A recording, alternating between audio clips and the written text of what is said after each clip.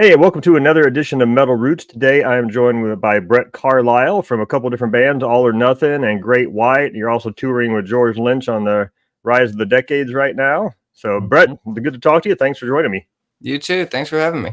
Yeah, we're just going to kind of jump in and talk about music in general. So, I guess my first question would be, did you grow up in a musical household? Did mom or dad, brothers or sisters, anybody play instruments? Nobody played anything, but mom and dad were always listening to music.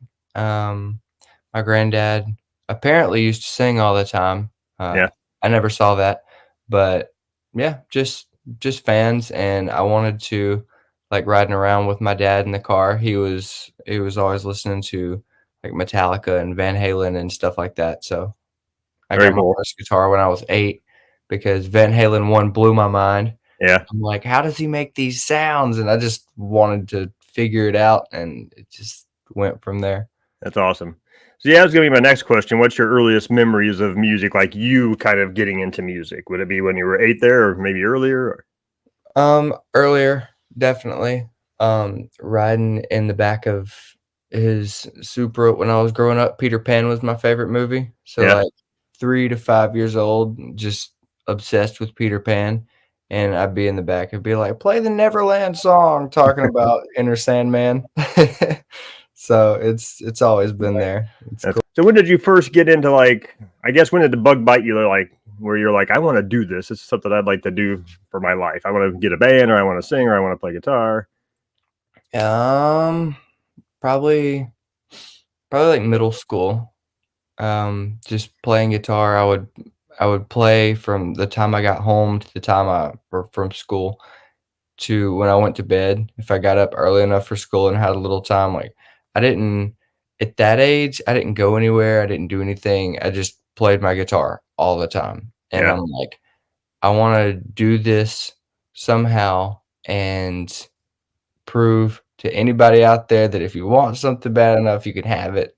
And it was my whole world. I didn't start singing until I was like a sophomore in high school. Oh wow. We had a band that played at prom, and I was thinking about how can we play some shows or do something?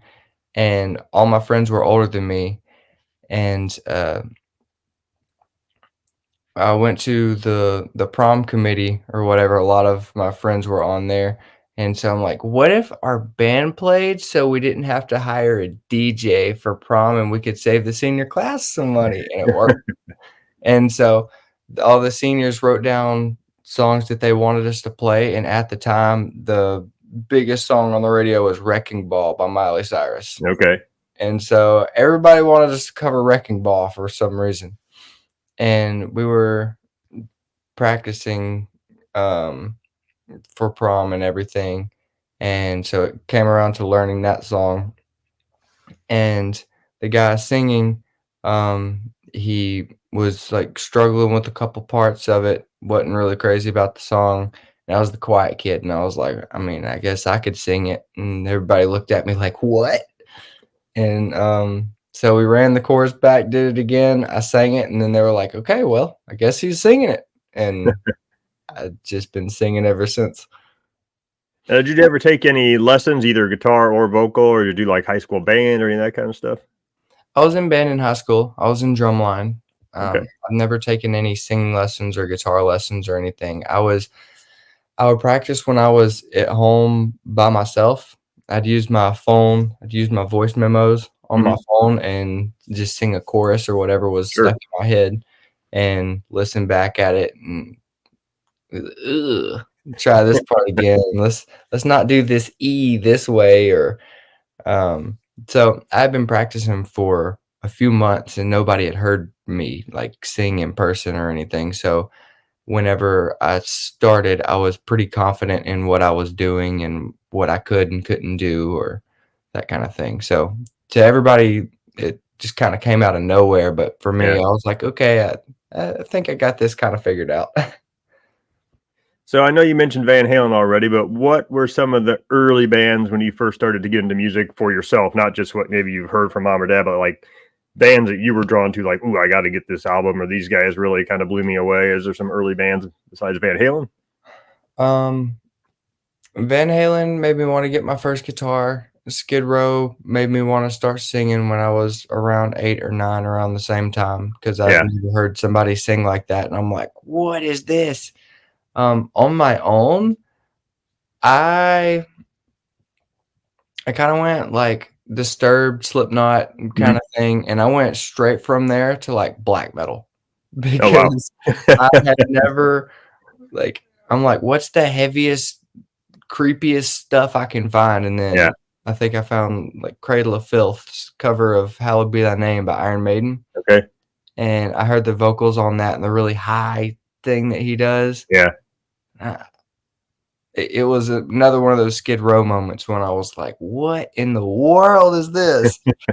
And so, yeah, I listened to a little bit of everything. That's funny. So what do you think, I'd ask you, what do you think of that last Skid Row album with Eric Grönwall sang on? I thought it was awesome. Yeah, I agree. I saw him on what was it? X Factor or whatever he was on whenever he was singing 18 in Yeah. Life. I was like, "Man," I got excited because somebody was singing a Skid Row song, and I'm like, I'm gonna be a critic because 'cause I'm protective of Sure. like, they're sentimental. Like, you know what? He killed it, and then when I saw he joined, I was really excited. So, but yeah, And it was a great album. yeah, totally, and Great White played a show with them on April 15th last year, and my birthday's April 14th, Oh, and wow. we were in New York, and it was really cool being able to, 1, play with them, 2, it's the day after my birthday. They brought a cake up on stage, and the whole crowd sang happy Oh, birthday. wow. It was a cool That's thing, cool. That's awesome. yeah, I've met those guys a couple times. They're super cool. Yeah. So let's fast forward a little bit now. So you've been doing drumline, playing guitar, singing. So you talked about the band that played at the prom. So when did you kind of morph into what would become like All or Nothing? When those friends graduated and me and Alex, um, were doing an acoustic thing around town just because we didn't have anybody else our age to do anything, we knew we wanted to make music and be involved in the scene somehow.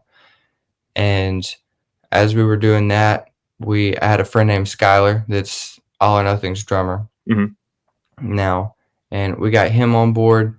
And as we got more serious, we just kind of picked up people and networked and started playing shows and stuff around 2015.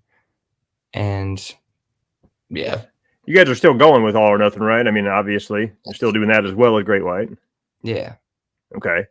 Okay. we we did some shows in Tennessee last week. It was really cool. We did Yeah. Chattanooga and Nashville. Yeah, I saw a buddy of mine. Well, I think I mentioned to you guys, a buddy of mine was at that show in Nashville, posted some pictures and videos, and I'm like, wait, that's my friend Corey with Brett. So Yeah, it's that's pretty cool. wild. Small Nashville's a world. great way up there. We actually Skylar was freaking out at the Nashville show because Ray Lazier, the drummer for Korn, was there with a Yeah. couple of his friends, and Ray Lazier and Vinnie Paul are like Oh, wow. Skylar's favorite 2 influences, and Skylar met Vinnie before, um, rest in peace. But I told him that Ray was there, and he just flipped out. He was like, "What, are you serious?" And I was like, "Yeah, I'm gonna get him back here to meet you." And he was playing with XYZ, so he was busy at the time. But he got a stick signed. He took some pictures, and Ray was like, "Dude, you slam, and I'm a fan of That's your awesome. playing." And he couldn't believe it. It was There's cool. no pressure there when you have to, play in front of one of your idols, right? Yeah, we had just played our set, and we're taking a break before XYZ went Okay. on. When I let him know, he was like, "What? Are you serious? He's been watching me the whole time." Probably best he didn't know, right? Yeah, but Skylar's awesome. He's really good. Yeah. So let's fast forward a little bit. So you guys been doing All or Nothing for a while. So how did the Great White thing come about? Obviously, Great White's a band that's been around 40 some years. I think I bought the debut Great White album when it came out, Mhm. and this is pre-internet, so it was just like I'm at the record store. I'm like, yeah, Great White. Turned over, look at the band picture. These guys look pretty cool, and bought the album. But Yeah, yeah. so Uh, I know Mark Kindle's in the band, right? yes. And I'm not sure. Is there anyone else that's like sort of original or classic Great White members in there? Um, Mark Audie Desbro, the drummer, Michael Lardy plays keys, rhythm guitar. They're all original, Okay. and they're still in there. Scotty Snyder is the bass player, and he's been with them for, I don't 14 years or something Yeah. like that. It's been a Yeah. while. So So yeah, how did this all come about for you? Aowen's manager is friends with them, and they needed a fill-in for a show in Vegas. And when Aowen was playing at Turning Stone Casino in Verona, New York, probably about 3-4 years ago, they were playing there in the big room. We were playing at the little club downstairs. Sure. And so after their set, a couple of them, Scott and Audie, drummer and bassist, came down to see us and hang out with Eric, our manager, and stuff. And so they needed a fill in for the Vegas show. And I think it was Audie. I could be wrong. It was like, hey, maybe we could get that kid to do it. He was pretty good. And so some conversation happened there. I Eric called me and was like, "Hey, dude, can you get on a plane right now and come down to a studio and record some stuff?" So I'm like, "Okay." And AON had covered a couple of their songs already, All right. so it was pretty easy. I made some recordings at like 9 o'clock in the morning after getting to his house at like 3 in the morning. So I was like on no sleep. I'm listening to the songs, making sure I got the parts right. And if you know about singing, when you wake up in the morning, Oh first yeah. thing, you kinda, There's that frog in your throat, right? yeah. Yeah. So I'm like, I'll do the thing. If they like it, they like it. Cool. That'd be rad. But I didn't feel too great about it because of that. And but they did. And then I got a set list, and a week later I had a show in Vegas, Wow. the first one. So, so was it like stepping into a band of seasoned guys that have been doing this like 40 years that obviously are older than you, and you're the new guy coming in? Was did you feel some pressure because of that? No, not really. They're super cool, and we get along really well. It's like we're kind of cut from the same cloth. Like we It's just like, "Hey, man, you got this part of this song," or I really like this," or we nerd out over it and Yeah. get along really well. So we're obviously there's the age gap there, and we're from different places. They're from Mhm. LA and I'm from Birmingham, Sure. but no, it's cool. It's really cool. That's awesome. How many dates do you guys do kind of in a year? I'm sure it varies, but Yeah, we usually have something every weekend, sometimes 2. We've been on a 3 run a couple of times. Um, say maybe 40 okay. something. Yeah. So what's one of the biggest crowds you've played, or biggest fest or something? We played a show in Salt Lake City that was huge. It was like a state fair, but Quiet Riot was there and Piercy was there, Stephen Piercy from Rat. Um, we just got done with one at the Anaheim Center, or at the Honda Center in Anaheim. It was really, really cool. Few thousand people. Cool. Yeah. Have you had a chance to go overseas at all? Not yet. We've played on the cruise, but we've been cooking some stuff up. We've been Yeah. talking about it, All so right. Cool. excited. Yeah. That's awesome. So Yeah. how does it work for you then? So you're in Alabama, like say they're in LA. So do you kind of just like right now you're home? So do you kind of do like the fly in, play the gig, fly home? Is that kind of the way? Or you guys ever do like a tour where you're maybe on a bus for a couple weeks? Or No, we've talked about it. I want to. A couple of the guys want to. That would be awesome if we could get on a bus and play 5 shows a week. yeah. That would be so great. So um, maybe sometime, but we're doing fly dates right now. Okay. And how do you balance that with all or nothing? Because you guys are still active too. And it's a mess sometimes. There's a I'm juggling flying. act. Like last week, I was somewhere, and I flew here, and Skylar picked me up from here to go to the Tennessee shows, and then I flew from back to here, drove here right after the show, and then the next morning flew out of here to go to Fort Lauderdale. So it's we've been booking some shows more in during the week because we're with George, so that Mhm. I can do both and just go back and forth, and it's it's constant. It's Yeah, busy, but busy is better than not being busy. So sure, I'm sure. with it. I'm cool. Yeah, well, you mentioned George, so we'll segue into that. So, how did the rise of the decades and that gig with George come about? That was Eric, our manager's idea. He's friends with Terry from XYZ, and we we all wanted to do a song together because we get along with Terry really well. And Terry is friends with George. Okay. And he said, maybe I can get George on this song. And we put out a song called Dead or Alive on YouTube and with a music video with us and George pretty much. And it's done really well. It's got a lot of views. It's a really cool song. Um, Killer riffs. And so we're like, people like this thing, so let's just do a show with AON, XYZ, and George Lynch. And we are the backing band for George. And I'm singing some of the Dokken songs. Terry's singing Yeah. some of them. We're all friends, so by the end of the night, we're just running on and off stage, just being goofballs, and it's cool. People have responded really well to it, so Yeah, that's pretty nice. cool.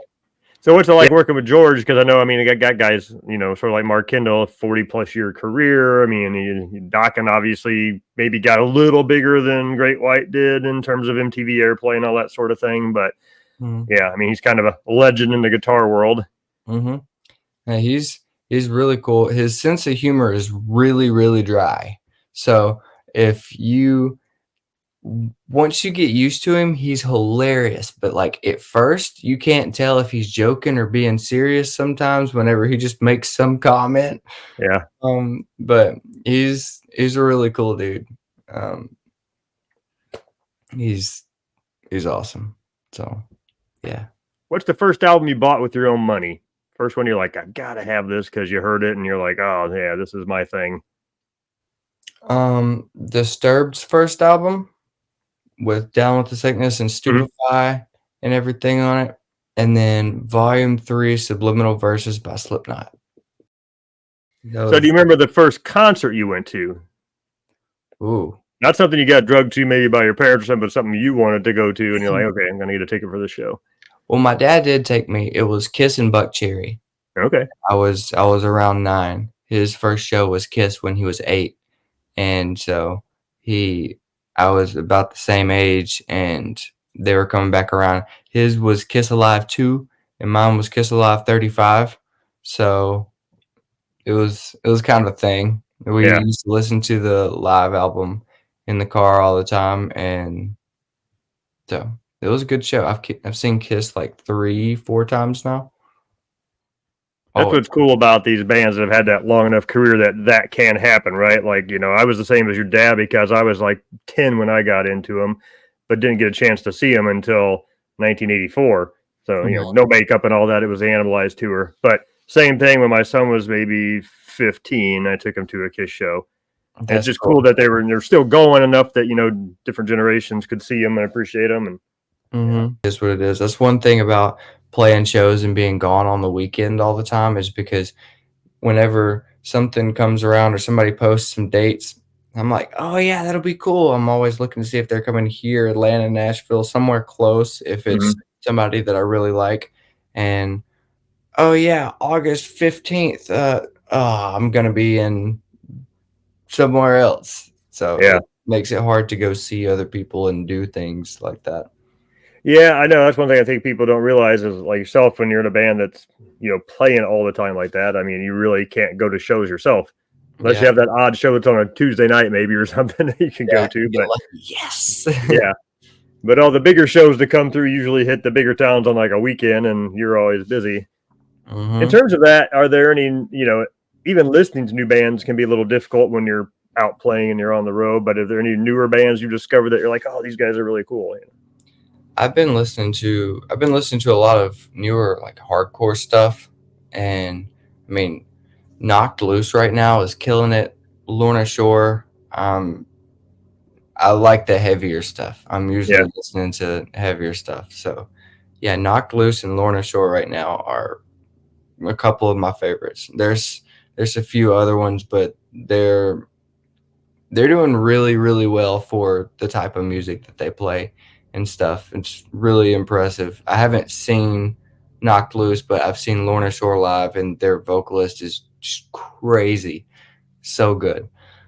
But So right yeah, now you've got like say All or Nothing going, Great White going, Rise of the Decades. What are you kind of hoping to do? Are you hoping to make music a career? Is this just something you're wanting to do while you're younger, and then or this is something you're hoping turns into like a lifelong thing for you?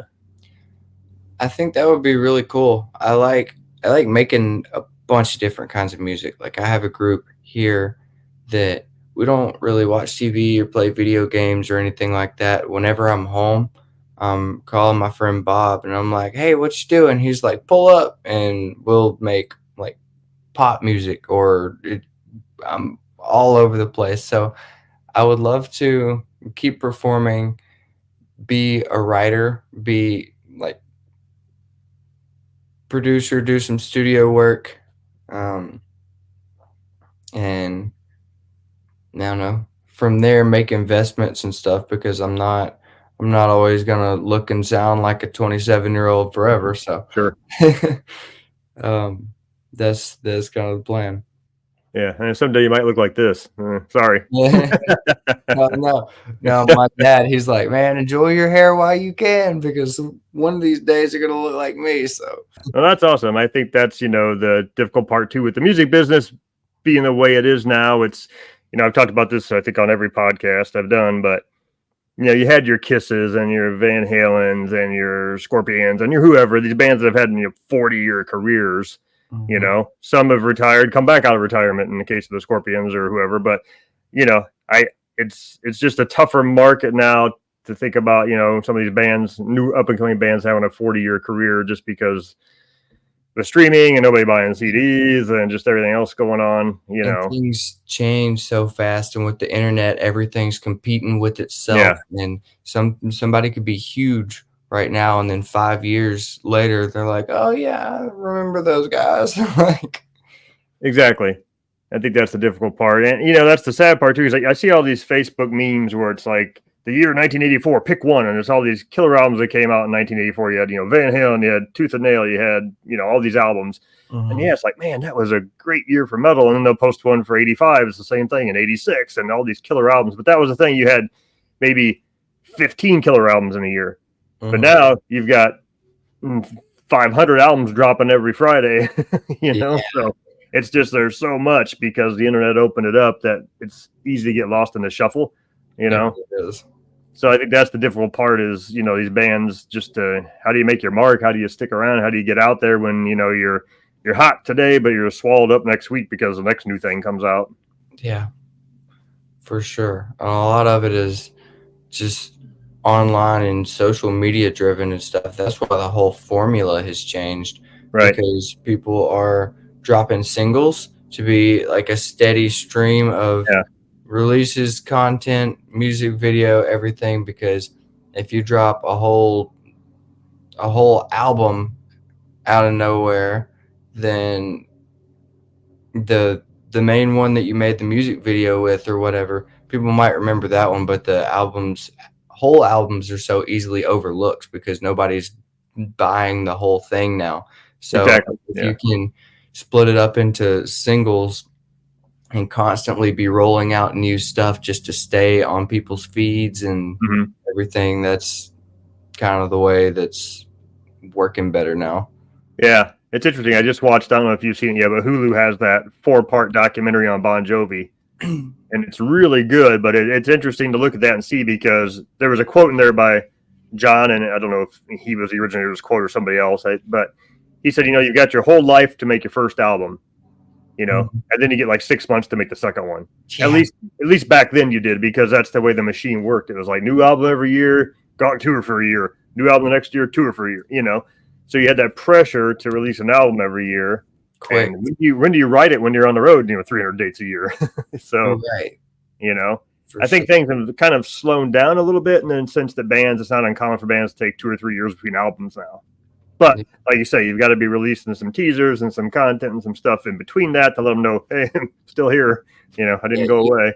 You have to do a lot more than just make good music now, because if you're not making content that people want to see and interact with and everything else like that, you can make some awesome songs, but everybody's on the internet. If Sure. don't have something to catch their eye and hold their attention for a minute, Yeah. then nobody's really going to hear it. So you have to wear multiple hats when it comes to like the visual and marketing side and everything else. And it's usually about the third time somebody sees something, and you will feel that way. You feel like you're spamming everybody on your socials with whatever's coming out. But there was a study that I was looking at a while back that said that people usually don't interact with something or remember it until after the third time they've seen it. So you can be like, hey guys, new song just came out, and then be like, oh yeah, cool, something happened. The second time around, like, okay, I've seen this. And then the third time, their brain says, oh, let me go check this out. Yeah. And so if you feel like you're spamming everybody, you're probably doing all right. Yeah. Yeah, that's the challenge today, because you can have awesome songs, but so do 500 other people. Right. Exactly. So, Well, do you guys for Great White, do you have like a social media person that works for the band and kind of takes care of that stuff? Or is it kind of grassroots? You do it just kind of amongst the band members or? yeah, I'm pretty sure it's just amongst the band members and stuff. I'm not the one doing it. Yeah. And if I was, I feel like that would be awesome, because I know that we get tagged in so many things and could interact so much more and better as far as that stuff goes. So maybe one day I'll be able to take the reins on it, but Yeah. yeah, it's Yeah. not going anywhere, so I might as well just. And I'm the same way. Like, even with TikTok and stuff, like I was so like, I've got all the social media, like I don't have time for anything else, or like I didn't want to, but Yeah. it's so necessary today that like you have to know how to navigate and post, and it's the Exactly. necessary evil. Yeah. Well, like say it's sad when you see like a killer album come out and it's like, oh man, this is awesome, but nobody knows who these guys are and they're maybe not very socially active on Facebook or wherever. And so it's like, man, nobody's going to hear about this album. And that's part of the reason I wanted to do this podcast too, is I've talked to some bands that maybe are a little bit more underground, but I think they're killer bands and I want people to know about them, Yeah, for And sure. so trying to get their name out or get their music out, because I'm the guy that searches out the music like yourself or whatever. I love it, so I search it out. But not everybody does that. It's just like whatever's being fed to them is what they consume. So Right. I want to make sure these bands are getting known by some people. That's awesome. I love that, man. So cool. So in terms of music, what has it meant to you throughout your life? I know it's kind of a loaded question, but I mean, has it been sort of like that, as corny as it sounds, that best friend you can always turn to, right? When you're having a bad day or something, you can put on that song or whatever. I mean, yeah, or For sure. opportunities it's afforded you, just things like that. What has it meant to you? Everything at times, and you can always turn to it, and it's always there and reliable, and the way that you remember it and want it to be. It's kind of a pause button on life sometimes. If something is going on that's either really good, really bad, you're feeling something, you can just kind of turn the world off, and Yeah. it's nice. So it's definitely, I've always got something playing. Yeah. It's a lot. Cool. Well, in terms of that, like when you're playing with Great White, is there a song that's your favorite to sing live or play live? I'm always torn between Stick It and the Angel Song. I know they're on opposite ends of the spectrum, but those are my favorite because I like hitting the high notes, and we we're tuned down a half step from where the album is. So during the verse, it's a little heavier, and I can get a little bit more oomph into it, and they're cool with it. So I usually go pretty hard with that one. And Angel Song, playing in a really big place, and it's just your voice and piano. Everything sounds really warm out front, and Sure. it's cool. So. That's awesome.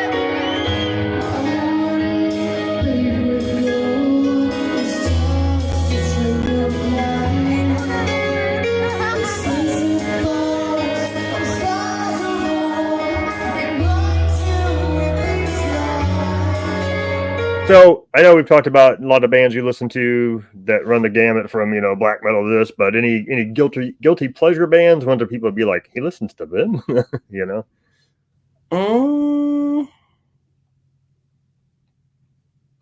Probably. I can't really think of any right now, but there's nothing. I don't think there's anything that I don't listen to much country, and that's just it's just a taste thing. I don't have anything against it, but I just don't connect with it much. But I listen to just about anything, everything. Yeah. Pop, like one of my favorite albums is The Trilogy by The Weeknd. There's 30 songs on it. It was his first 3 mixtapes. I really like his voice and the production on it, and there's some weird beats and some weird sounds that. So I listen to everything. Depending on who you're talking to, some people might be like, "Oh, poser" or whatever. But like, I don't know, if it's good, if it's creative, even if I don't necessarily like something, if it's not my first, my go-to, if it's really unique, if it's I've never heard anything like this before, I'm not sure how I feel about it. I'm probably gonna like it just for that reason. Yeah. So I think that's one of those things as you kind of just grow and mature and you're around music more, is I can appreciate all kinds of things. Even if it's not my style, it's not what I'm probably going to buy and listen to all the time, but I can appreciate it. I mean, if I go see some chicken picking, you know, bluegrass guitar player and he's phenomenal, it's like, wow, I'm impressed by that. Dude's on fire. Probably not really going to listen to bluegrass is something I want to listen to, but it's like I can appreciate that guitar work. Or there's some country guys that are great players, you know. Or I could see a drummer that's maybe in like a pop band, but he is so in the pocket and got so much skill, you know, in the subtle things he's doing, you know. I can appreciate that. Like we went to see, my wife's a huge Lionel Richie fan, Lionel Richie and the Commodores. We've seen Lionel Richie twice now, and he had like some 20-something-year-old kid drumming for him. Oh my God, this kid was phenomenal, you know. But Lionel Richie's not something I usually put on when I want to listen to music, but you know. But I mean, hey, if the band was killer, you know. That's awesome. Yeah. So I say, I think you kind of, you know, when you're young, it's like say I wanted it to just be heavy and fast and this and that. Now I can appreciate some of the slower, subtle things that drummers and guitar players do. It's like most people aren't catching it, but did you hear that little killer chop he just did right there? You know, it wasn't maybe mind blowing in the sense of it was super fast or whatever, but it's just like that was a tough little lick to play, you know? Yeah. So. He's got some skill, and you can tell. You can always tell because they let it out. And like you were talking about that little subtle chop, it's always like a little piece. Yeah. Or there's a little something in there that you hear, and you're like, oh, this guy's good. And he's holding back. Exactly. He's holding back, but he is, yeah. I like that. I'm always looking for that. I think that's really the trick, is holding back. That's hard, right? That's hard for every musician, because it's like you want to, I don't want to say show off, but you want to just, you know, add all this stuff to the song. But sometimes it's the subtlety of holding back. I was listening to a podcast with a guy, and he was talking about when he was interviewing drummers for like a position or something. He said he would bring them in, sit down, and just wanted to play like, he's like, now just do that for 3 minutes. And he said he wanted to see if they could just do that and not have to throw in fills and throw in flourishes. He's like, because I want the guy who can just sit in the pocket. I know he can do that other stuff, but I want him to stay right here. Right just in the pocket, maybe lay back on the snare, just get right. Yeah. And I mean, look at AC/DC's drummer. Yeah. But it's killer stuff. I mean, every time you hear those songs, you just start nodding your head because the groove is there, and you feel it. And for sure. I mean, Back in Black, one of the most recognizable intros ever. You know. Yeah, exactly. It's cool to go off. It's like guitar players. You can play. You can be Dragon Force, but if you don't have a catchy melody, then it can or Yngwie Malmsteen, Yeah, like crazy, crazy fast. All the props in the world, but you gotta have that. You gotta have a melody that sticks. yeah. Otherwise, 30 seconds in, it's just Yeah, well, I think that's like when it comes to albums, I think that's the thing you appreciate about certain albums is it's a ride, right? It might come out of the gates like I think of Dokken Tooth and Nail. I mentioned that earlier. That album comes out with the song Tooth and Nail. It just boom hits you between the eyes right out of the gate. Mhm. You know, George goes off and but you have the really cool without warning intro to it. That cool little acoustic guitar thing and his solo over it. But then you go into like more mid tempo stuff like Just Got Lucky, but then you ramp it up again, and so the album's a journey. For sure. And you have Alone Again, which probably is going to always be my all time favorite power ballad, and it's like Alone Again's like the best song. I love that song. It's a really But yeah, cool. I think those good albums take you on a ride because if you start out at 100 miles an hour and just stay there the whole time, it's like, yeah, Yeah. Then you don't remember the song, and it can be a great album, but then you don't remember the songs specifically on it well enough to be like, which I have some albums that I do like that. And the frustrating thing is I'll have a part stuck in my head or something, and then I want to listen to it, and I'm like, what song is that? Which one has this part? And then I yeah, have to go try and find it. It's not like, Alone Again being the ballad that it is, and yeah. know, you know.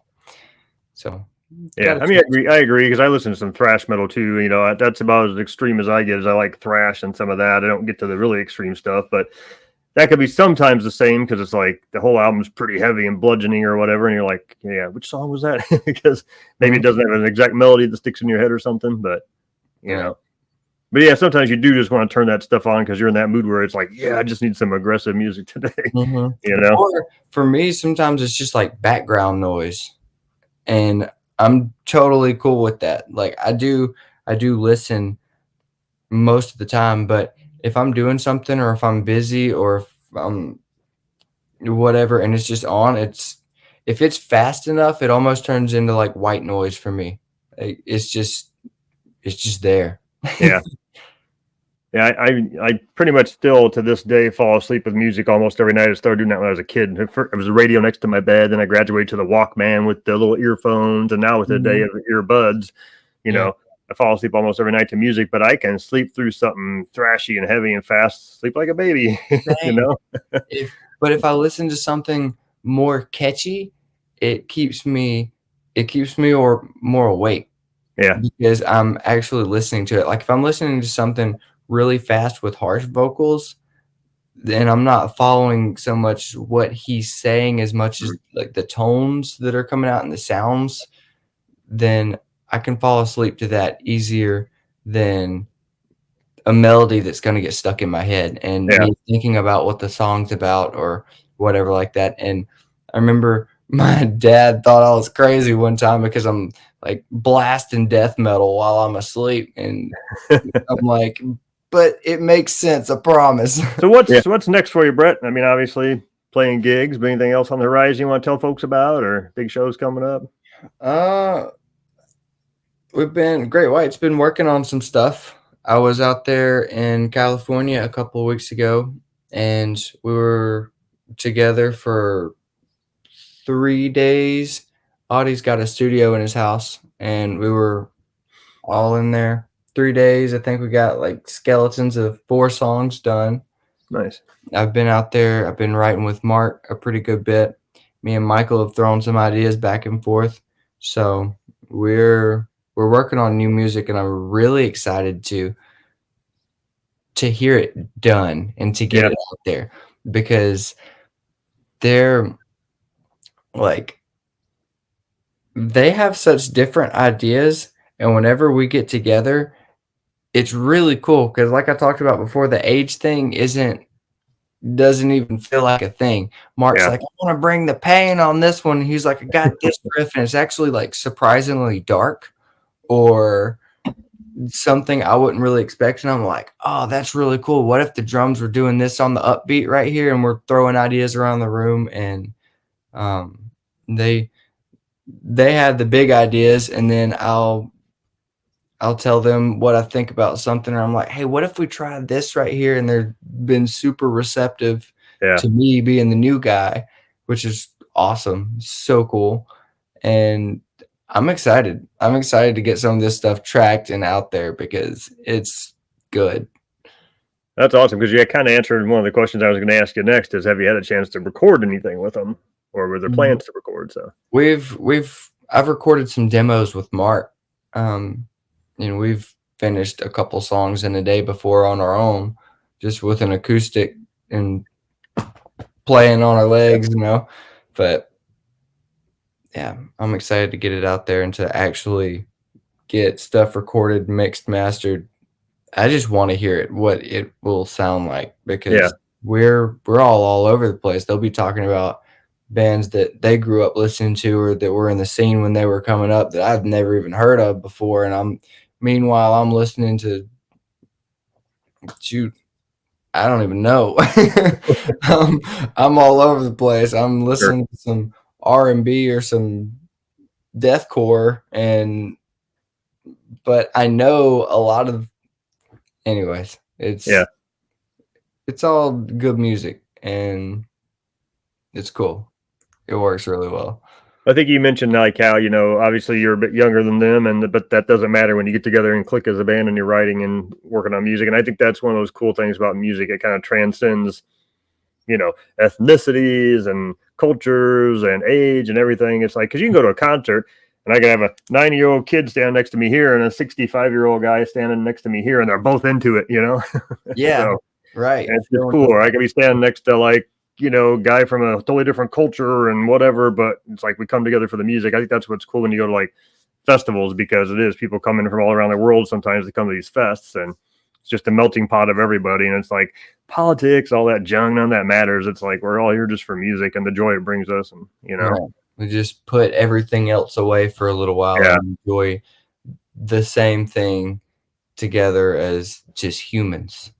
That's the thing I love about it, because you can have a hit somewhere, go to the other side of the world, play it, and just because of the key and the drums, it's gonna come across the same way, even if yeah, like I don't know what those guys are saying, but they're killing it. I'm with exactly. it. It's the energy that's Yeah. contagious. I think that's true too. Like you being about Alabama, I was thinking about Leonard Skinner. I mean, you could go right now to a bar in Taiwan and probably hear, Sweet Home Alabama on the jukebox. I mean, Yeah, it's that just, and that song specifically is the first time AON went to Denver, we went to Denver to record Escape, the last song music video that we put out. And we got there and something had happened to the computer at the hotel, and we drove there. It was 20 hours from here. yeah, And we drove straight. We didn't stop or yeah, anything. And so we got there. It's like 5 o'clock in the morning. We're exhausted. The sun is coming up. We couldn't check into the hotel, so we just were like, well, we've never been here before. We've been super excited to come here. Let's go ride around in the mountains for a little while. Let's go see what's going on around here. And so we started going through the mountains, and we get to this little town, had to stop for gas station in the middle of the little isolated town in the middle of wherever, Colorado. yeah. As soon as we walked in, it sounded like somebody hit play. Sweet Home Alabama came on. Like, we opened the doors like, and we're like, how does this happen? Well, Brett, I don't really have any more questions for you, but yeah, I'll say if there's anything you want to just say to the listeners or fans or anything you want to put out there. Keep an eye out for Great White's new stuff. AON's working on some stuff. I'm always releasing stuff. I've been putting out pop stuff too. Uh, Dead or Alive on YouTube with AON, George Lynch, Terry from XYZ. It's a banger. Yeah, just keep an eye out. And Awesome. Well, for those watching, I will put in the show notes down below. I'll put in some links and things, links for your social media, all that sort of stuff, so people can check you out. So, Brett, it's been great talking to you. Thank you for your time on it's the 4th of July today, so happy 4th of July. So Happy 4th of July. We're getting gonna up early and doing this with me, so thanks for doing that. Yeah, of course. Thanks for having me. We're gonna go grill some stuff and eat some food and go hang with the fam for a little while I'm home. Well, have a good time and good luck on your next adventures with the Great White and All or Nothing.